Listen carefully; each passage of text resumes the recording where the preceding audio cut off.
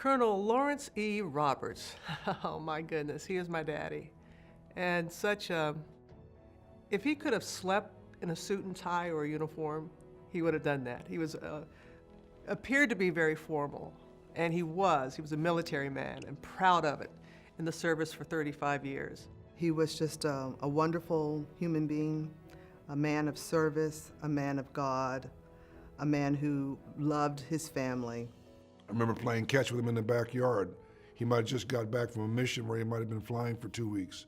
So even though he was a career person, and that, of course, had a lot to do with his time, he always managed to find time for the family. He was such a stabilizing force because we were moving from place to place all the time.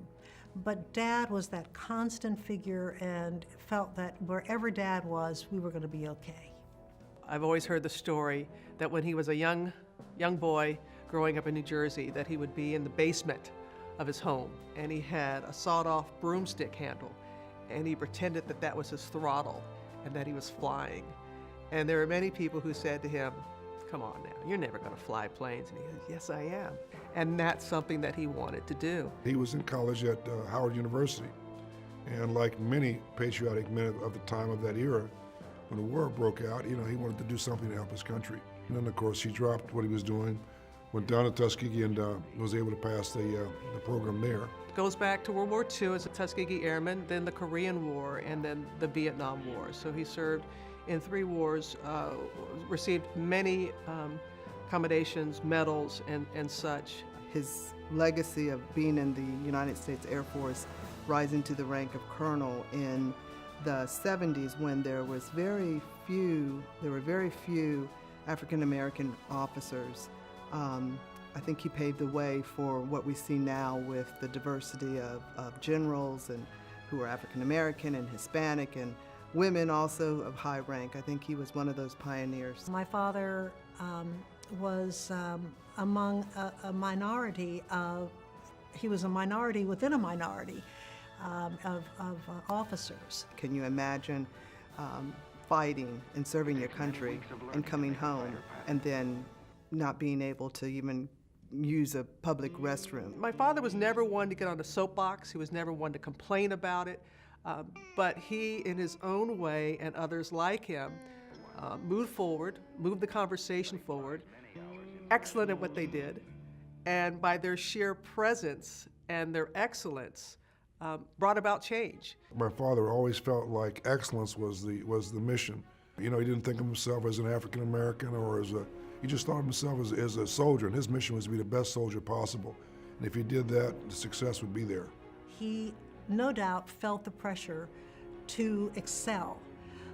He knew he had to go beyond just acceptable. He wanted to be extraordinary because others would follow him. Trailblazers have to set the example.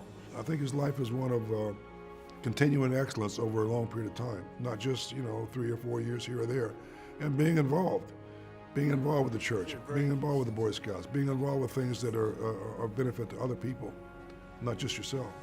Being involved, as my mother was, in all these different boards along the coast, both local, state, and national. Again, he found another way to serve. He found another way to he always put family and God first, but country as well. He started his military career at Keesler Airfield, and he ended his career at Keesler Air Force Base. Being a Tuskegee Airman changed his life. It changed a generation.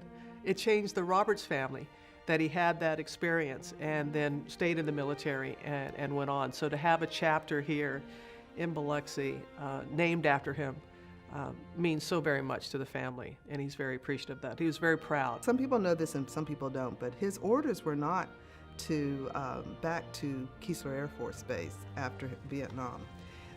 His orders were to Scott Air Force Base, actually.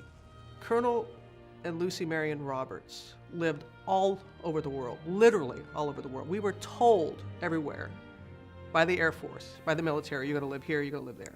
And we made friends, lifelong friends of all races, all over the country and even around the world. And so instead of going on and staying in the military, as a general, which would have been, when he was promoted to colonel, he was thought to be one of only 35 black men in this country.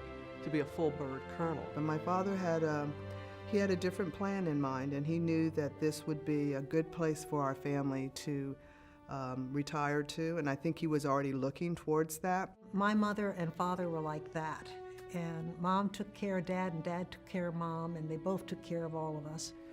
When we got to choose, we chose Mississippi. When it was my dad's choice, my mom's choice, a family's choice, we chose Mississippi. If we wake up in the morning, that's great, so what are we going to do with our life? And my father, he woke up early and he led a life of service, and that's what he passed on to me, and I believe my other siblings as well. My father's legacy is one of service.